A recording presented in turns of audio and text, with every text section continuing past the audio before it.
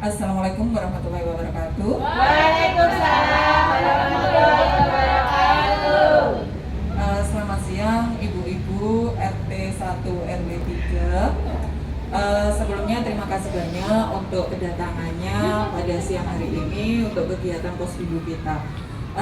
Perlu saya sampaikan bahwasannya kemarin dari hasil survei kita dari 30 rumah itu kita temukan beberapa kasus. Dari 30 rumah kita temukan 10 rumah itu dengan ada yang menderita hipertensi. Kemudian dari 10 rumah itu rata-rata di situ ada yang merokok. Terus kemudian dari hasil survei yang kemarin juga dari 30 rumah itu kita menemukan 2 orang dengan kasus penyakit paru, okay? Terus kemudian ada 1 penderita stroke. Kebetulan yang stroke ini sudah tidak bisa melakukan kegiatan apa-apa, jadi dia itu untuk ke kamar mandi dan lain sebagainya itu perlu dengan bantuan. Nah, karena dari hasil survei kemarin, sedikit saya akan mau menyampaikan sebenarnya dari penyakit-penyakit tersebut itu bisa kita cegah. Salah satunya kayak hipertensi, terus kemudian penyakit paru obstruksi, terus kemudian dari stroke ya, itu bisa kita cegah. Stroke itu merupakan komplikasi dari hipertensi karena tensi yang tidak terkendali. Dan rata-rata dari hasil survei kemarin itu dari 10 orang yang menderita hipertensi itu tidak melakukan pemeriksaan dan pengobatan secara rutin. Jadi mereka itu hanya tahu tensinya tinggi dan mereka menganggap bahwa tensi tinggi itu tidak masalah. Padahal sebenarnya untuk penderita tensi tinggi atau hipertensi itu butuh dilakukan pengobatan secara rutin, pengobatan secara berkala.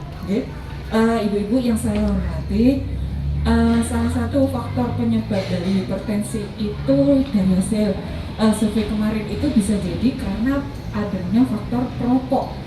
Nah, rokok ini sangat tidak bagus untuk kesehatan kita karena beberapa zat-zat yang berbahaya dari rokok itu.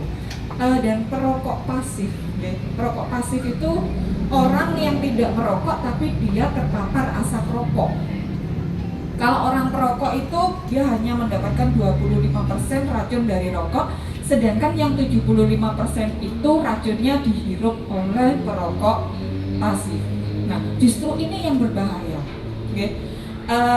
Di puskesmas kita itu sudah dibentuk salah satu upaya berhenti merokok. Jadi misalkan ada keluarga dari bapak ibu yang ingin melakukan atau ingin berhenti merokok, bisa melakukan konsultasi di puskesmas kami. Di puskesmas kami sudah kita buka untuk kegiatan upaya berhenti merokok. Yang kedua, bagaimana supaya kita terhindar dari penyakit hipertensi? Ibu-ibu sudah tahu indeks massa tubuhnya masing-masing, Bu? Nah, salah satu penyebab dari hipertensi itu adalah kegemukan, Bu. Obesitas. Jadi obesitas ini berisiko terhadap penyakit hipertensi. Nah, bagaimana supaya kita itu tidak terjadi kenaikan berat badan? Kita harus tahu indeks massa tubuh kita. Nah, untuk mengukur indeks massa tubuh kita itu kita harus tahu tinggi badan maupun berat badan kita. Tadi sudah diukur nggih? Tampon nggih dalam kegiatan Posyandu? Tampon nggih. Jadi tinggi badan kita dalam meter kuadrat ya. Jadi berat badan dibagi tinggi badan dalam meter kuadrat. Kalau hasilnya 17 atau kurang itu masuk kategori gizi buruk jenengan, Bu. Jadi gizinya kurang. Jadi kalau 18 sampai 25 itu kita masuk kategori normal. Kalau lebih 25 sampai 27 itu masuk kategorinya gemuk. Nah, kalau 25 sampai 27 itu kita gemuk, kalau 27 lebih itu kita obesitas. Nah, sebenarnya gimana supaya kita itu tidak ada terjadi obesitas? Kita harus mengatur pola makan. Kalau dulu kita Kita mengenal dengan istilah wasiat lima sempurna, tapi sekarang kita lebih ke gizi seimbang. Nah, gizi seimbang itu bagaimana? Gizi seimbang itu kita ada program isi piring Bu. Jadi di sini kita bagi porsi makan piring kita ya. Jadi satu piring itu kita bagi menjadi 4. Yang pertama yaitu makanan pokok ya, nasi gitu, telo, jagung, ya kentang itu boleh. Jadi kalau sudah makan nasi ya, telo, jagung, kentangnya agak dikurangi. Kalau sudah makan telo, nasinya dikurangi ya. Terus kemudian ada sayur, buah, dan lauk pauk. Perlu diketahui bahwa porsinya antara makanan pokok, nasi sama sayur itu harus sama. Oke. Terus kemudian lauk sama buah itu porsinya sama. Jadi lebih banyak sayur itu lebih bagus loh, sayur sama buah, supaya pencernaan kita juga, pembuangan kita lancar. Oke. Bisa dipahami Bu yang saya jelaskan Bu? Kita lanjut ya Bu, supaya kita itu bisa berat badan kita ideal, tidak gemuk, jadi tidak beresiko hipertensi. Terus kemudian apa lagi Bu? Lingkar perut. Sudah tahu lingkar perutnya Bu? Iya, lingkar perut normal kalau wanita itu 80, kalau laki-laki 90. Kalau yang lebih dari 80, yuk kita hidup sehat ya dengan germas. Sudah serutin melakukan aktivitas fisik? Belum. Mulai besok aktivitas fisik ya, terutama yang lingkar perutnya lebih dari 80.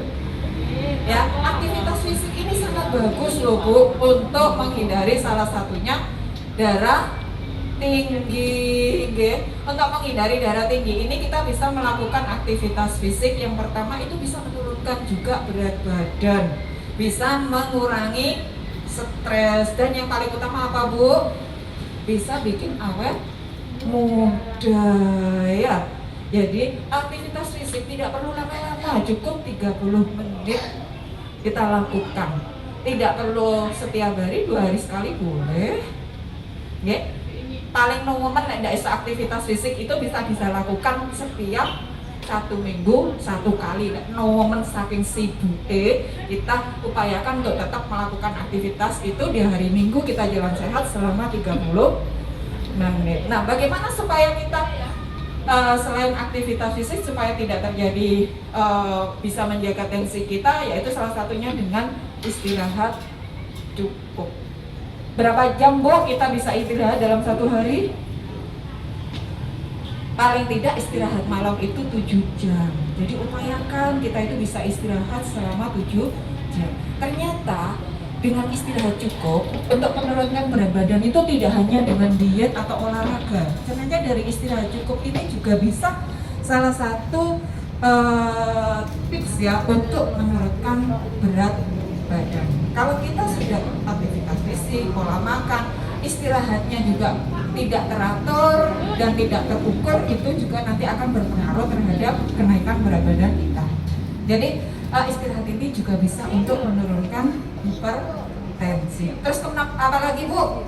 Yang paling penting ini untuk menghindari supaya tidak terjadi hipertensi, mengelola stres ini sangat penting. Jadi kalau lagi dongkol-dongkolnya lebih baik kita ungkapkan, jangan dipendam. Nanti bisa terjadi mau wangkel terus dipendem akhirnya meledos, nguntuk-nguntuk. Nah, ini bisa untuk bagaimana supaya kita menjaga tensi kita supaya tetap bagus. Jadi kita harus bisa mengelola stres. Mungkin ada yang ditanyakan Bu? Kalau bisa diterima ya penjelasan saya? Sudah jelas ya Bu? Karena warga RT 1 RW 3 ini kita temukan banyak yang menderita hipertensi, bahkan sudah ada yang mengalami komplikasi, salah satunya adalah stroke ya. Ayo kita sama-sama menjaga kesehatan dengan merubah perilaku kita yang dulunya banyak yang merokok, terutama untuk suami-suami yang merokok kita himbau, misalkan terpaksa harus merokok, kita sarankan untuk merokok di luar ruangan saja, jangan di dalam rumah untuk menjaga kesehatan warga yang ada di dalam rumah. Karena ada yang sakit paru-paru juga, salah satu penyebabnya mungkin karena ada yang merokok itu ya. Dan yang 10 orang dengan penderita hipertensi ini saya himbau supaya melakukan pengobatan secara rutin ya. Di Puskesmas Kauman itu kalau yang punya BPJS itu nanti gratis kalau Vaskesnya Kauman. Kalau tidak memiliki BPJS itu nanti bisa menggunakan KTP dan tidak perlu biaya. Jadi jangan takut ya. Nanti kalau berobat mahal tidak. Yang penting kalau jenengan hipertensi itu harus ditangani secara rutin. Karena kalau tidak ditangani secara rutin nanti akan terjadi penyakit-penyakit pengikut yang lainnya. Ya. Mungkin itu dari saya. Ada yang ditanyakan? Kalau tidak ada yang ditanyakan, terima kasih banyak. Akhir kata, Assalamualaikum warahmatullahi wabarakatuh.